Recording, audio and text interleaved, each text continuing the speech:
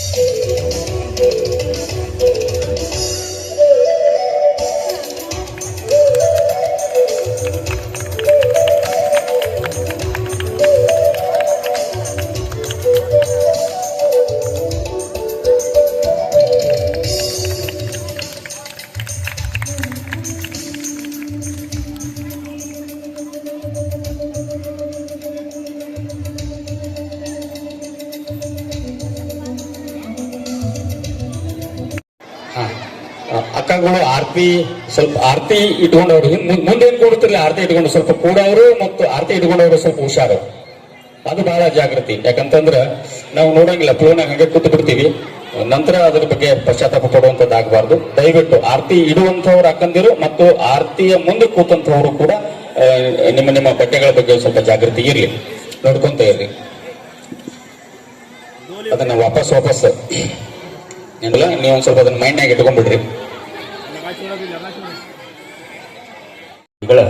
ಎರಡನೆಯ ವರ್ಷದ ಪುಣ್ಯ ಸ್ಮರಣೋತ್ಸವ ಕಾರ್ಯಕ್ರಮಕ್ಕೆ ತಾವೆಲ್ಲರೂ ಆಗಮಿಸಿದ್ದೀರಿ. ನಿರಂತರ ಎರಡನೆಯ ವರ್ಷದ ಈ ಶುಭ ಸಮಾರಂಭದ ಆ ಮೂಲಕ ಅವರು ತನ್ನ ಗೃಹಸ್ಥಾಶ್ರಮದಲ್ಲಿ ಇದ್ದೇ ಒಂದು ಸನ್ಯಾಸದ ಅನುಭವವನ್ನು ಪಡೆದಂತಹ ಆ ಪರಮ ಸ್ಥಿತಿ, ಅದು ಶಿವಾನಂದ ಸ್ವಾಮಿಗಳಿಂದ ತನ್ನ ಗುರುಗಳಿಗೆ ಅಂದ್ರೆ ಮಲ್ಲಿಕಾರ್ಜುನಪ್ಪ ಅವರಿಗೆ, ಆ ಮಲ್ಲಿಕಾರ್ಜುನಪ್ಪ ಅವರಿಂದ ತನಗೆ ಬರುವವರೆಗೆ ಒಂದು ಧಾರೆ ಅನ್ನುವ ಆ ಮಾತುಗಳನ್ನೆಲ್ಲ ಓದುವಾಗ ಅನ್ಸುತ್ತೆ, ಒಂದು ಪೂರ್ವ ಪರಂಪರೆಯ ಘನ ಅಸ್ತಿತ್ವ ಅಡಿಪಾಯಕ್ಕೆ ನಮ್ಮನ್ನು ಅರ್ಪಿಸಿಕೊಂಡರೆ ಎಲ್ಲವೂ ಸಿದ್ಧ ಮಾದರಿಯಲ್ಲಿ ಅವರು ನಮಗೆ ಕೊಡಬಲ್ಲರು. ಆ ಸಿದ್ಧ ಮಾದರಿಯಲ್ಲಿ ಕೊಡುವಾಗ ನಾವು ಕೂಡ ನಮ್ಮಷ್ಟಕ್ಕೆ ಅರಳುವ ಒಂದು ಪ್ರಕ್ರಿಯೆ ಇದೆಯಲ್ಲ, ಅದು ಭಗವದ್ ಅನುಗ್ರಹ. ಅಂಥದ್ದೊಂದು ಸಿದ್ದೇಶ್ವರ ಅಪ್ಪ ಅವರ ಜೊತೆಗಿನ ನಡೆ, ನುಡಿ, ಒಡನಾಟ, ಆ ಭಗವಂತನ ಜೊತೆಗಿನ ಅನುಸಂಧಾನದ ಹಾಗೆ ಅವರು ಗುರುಗಳ ಜೊತೆಗೆ ಇದ್ದದ್ದು, ಮಲ್ಲಿಕಾರ್ಜುನಪ್ಪ ಅವರ ಜೊತೆಗೆ ಇದ್ದಂತಹ ಕ್ರಮಗಳನ್ನೆಲ್ಲ ನಾನು ಕೆಲವು ಅವರ ಶಿಷ್ಯರ ಮೂಲಕನೇ ಕೇಳಿರುವ ಸಂಗತಿಗಳನ್ನು ಮತ್ತು ಅವರು ಆ 6 ಸಂಪುಟಗಳಲ್ಲಿ ಬರೆದಂತಹ ಕೆಲವು ಮಾತುಗಳನ್ನು ಓದಿದ್ರೆ ರೋಮಾಂಚನ ಆಗ್ತದೆ. ಒಬ್ಬ ಗುರುವಿನ ಜೊತೆಗೆ ಈ ಪರಿ ತನ್ನನ್ನು ಅರ್ಪಿಸಿಕೊಳ್ಳುವುದು. ಹಾಗೆ ಅರ್ಪಿಸಿಕೊಳ್ತಾ ಸಿದ್ದೇಶ್ವರ ಅಪ್ಪ ಅವರಲ್ಲಿ ಅವರನ್ನು ಕೇಳ್ತಾ ನೋಡಿ, ಸಿದ್ದೇಶ್ವರ ಅಪ್ಪ ಅವರು ಒಂದ್ ಕಡೆ ಒಂದು ಸಂಗತಿ ಬರೀತಾರೆ, ರೇಣುಕಾಚಾರ್ಯರಿಗೆ ಅಗಸ್ತ್ಯರ ಸಂವಾದದ ಮೂಲಕ ಈ ಸಿದ್ಧಾಂತ ಶಿಖಾಮಣಿ ಹುಟ್ಟಿತು ಅಂತ ಅಷ್ಟೇ ಹೇಳಲ್ಲ, ಅದರ ಪೂರ್ವದಲ್ಲಿ ಒಂದು ವಾಕ್ಯ ಬರೀತಾರೆ ಅಪ್ಪ ಅವರು. ಶ್ರೀಕೃಷ್ಣನಿಂದ ಅರ್ಜುನನಿಗೆ ಭಗವದ್ಗೀತೆ ಹುಟ್ಟಿದ ಹಾಗೆ ರೇಣುಕಾಚಾರ್ಯರಿಗೆ ಅಗಸ್ತ್ಯರ ಸಂವಾದದಲ್ಲಿ ಈ ಸಿದ್ಧಾಂತ ಶಿಖಾಮಣಿ ಹುಟ್ಟಿತು ಅಂತ. ಅಂದ್ರೆ ಒಂದು ಭಗವಂತ ಒಬ್ಬ ಶಿಷ್ಯನಿಗೆ ಕೂತು ಹೇಳುವಾಗ ಎಂಥ ಮಹತ್ತರವಾದ ಸತ್ಯಗಳೆಲ್ಲ ಹೊರಗೆ ಬರುತ್ತೆ. ಜಗತ್ತಿಗೆ ಇನ್ಯಾರಿಗೂ ಕಾಣಿಸದ, ಕೇಳಿಸದ, ಗೊತ್ತಾಗಲಿಕ್ಕೆ ಸಾಧ್ಯವಿಲ್ಲದ ಸತ್ಯಗಳನ್ನು ಅವರು ಅರಳಿಸ್ತಾರೆ. ಹಾಗೆ ಕೃಷ್ಣ ಅರ್ಜುನನಿಗೆ ಅರಳಿಸಿದ್ದ, ಆ ಮೂಲಕ ಅರ್ಜುನನನ್ನು ಉದ್ಧರಿಸಿದ್ದ. ರೇಣುಕಾಚಾರ್ಯರನ್ನ ಅಗಸ್ತ್ಯ ಸಂವಾದದ ಮೂಲಕ ಉದ್ಧಾರ ಆಗಿದೆ. ನಮಗೆ ಅಂಥದೊಂದು ಸಂವಾದ ಭಗವಂತನ ಜೊತೆಗೆ ಮಾಡಿದ್ರೆ ನಾವು ಉದ್ಧಾರ ಆಗ್ಲಿಕ್ಕೆ ಬರ್ತದೆ ಅನ್ನುವುದು ಅಪ್ಪ ಅವರು ಕೊಡುವ ಸಂದೇಶ. ಎಷ್ಟೋ ಮಾತುಗಳನ್ನು ನಾವು ಮತ್ತೆ ನಮಗೆ ಹೇಳ್ಕೊಳ್ಳಬೇಕಾದ ಹಾಗೆ ಇರುವಂಥದ್ದು. ಶರೀರ ಮಾಧ್ಯಮ ಖಲು ಧರ್ಮ ಸಾಧನಂ. ಈ ಎಲ್ಲಕ್ಕಿಂತ ಮೊದಲು ಇದು ಶರೀರ, ಇದು ಧರ್ಮ ಸಾಧನಕ್ಕಾಗಿ ಇದೆಯೇ ಹೊರತು ಅಧರ್ಮ ಸಾಧನಕ್ಕಾಗಿ ಇಲ್ಲ. ಇದನ್ನು ಉಪನಿಷತ್ಕಾರರು ಹೇಳಿದ್ರು. ಇದನ್ನು ಅಪ್ಪ ಅವರು ಪದೇ ನಮಗೆ ನೆನಪಿಸ್ತಾರೆ. ಬಹಳ ಬಾರಿ ನಮ್ಮಲ್ಲಿ ಅನೇಕರಿಗೆ ಗೊತ್ತೇ ಇಲ್ಲದೆ ನಾವು ಚಟದ ದಾರಿಗೆ ಹೋಗಿ ಬಿಡ್ತೇವೆ. ಚಟಕ್ಕೆ ಹೋಯ್ತು ಅಂತಂದ್ರೆ ಅದು ಕೇವಲ ಒಂದು ಇನ್ನೊಂದು ಅಂತ ಭಾವಿಸಬೇಡಿ. ಯಾವುದೋ ಒಂದು ಗುಟ್ಕಾ ತಿನ್ನುವುದರಿಂದ ತೊಡಗಿ, ಕುಡಿಯುವ ಮದ್ಯದ ಒಂದು ಮಾದಕತೆಯ ಹಿಂದೆ ಹೋಗುವ ಸಂಗತಿಯಿಂದ ಆರಂಭಿಸಿ, ಗಾಂಜಾ ತೆಗೆದುಕೊಳ್ಳುವ ಇನ್ನೊಂದು ಅಮಲು ಪದಾರ್ಥದ ಬೆನ್ನು ಹತ್ತುವ ಗುಲಾಮಗಿರಿಯ ಸ್ಥಿತಿಗೂ ತೊಡಗಿ, ಅದರಾಚೆಗೆ ವೇಶ್ಯಾವಾಟಿಕೆ ಅನ್ನುವ ಅದರ ಹಿಂದೆ ಹೋಗುವ ಅನೇಕ ದುಶ್ಚಟಗಳ ಪರಿಣಾಮಗಳನ್ನು ಗಮನಿಸಿ, ಎಲ್ಲವೂ ಒಂದೇ ಅಂತ ದಯವಿಟ್ಟು ನೆನಪಿಟ್ಟುಕೊಳ್ಬೇಕು. ಇದರಲ್ಲಿ ಗ್ರೇಡ್ ಇದೆ, ನಾನೇನು ಗುಡ್ಕ ತಿನ್ನೋನು ಆ ಗಾಂಜಾ ತಿನ್ನೋನಿಗಿಂತ ವಾಸಿ ಅಂತ ಖಂಡಿತ ಭಾವಿಸಬೇಡಿ. ಯಾಕೆಂದ್ರೆ ಚಟ ಹತ್ತಿರದ ಶಬ್ದಗಳು. ಎಷ್ಟೋ ಸಾರಿ ಈ ದೇಹ ನಮಗೆ ಈ ದೀರ್ಘ ಆಯುಸ್ಸನ್ನು ಭಗವಂತ ಯಾಕೆ ಕೊಟ್ಟಿದ್ದಾನೆ ಅಂತ ವೇದವ್ಯಾಸರು ಪದೇ ಹೇಳ್ತಾರೆ. ಈ ದೇಹದಲ್ಲಿ ಮಾತ್ರ ಅವನನ್ನು ನೋಡುವ ಸಾಧ್ಯತೆ.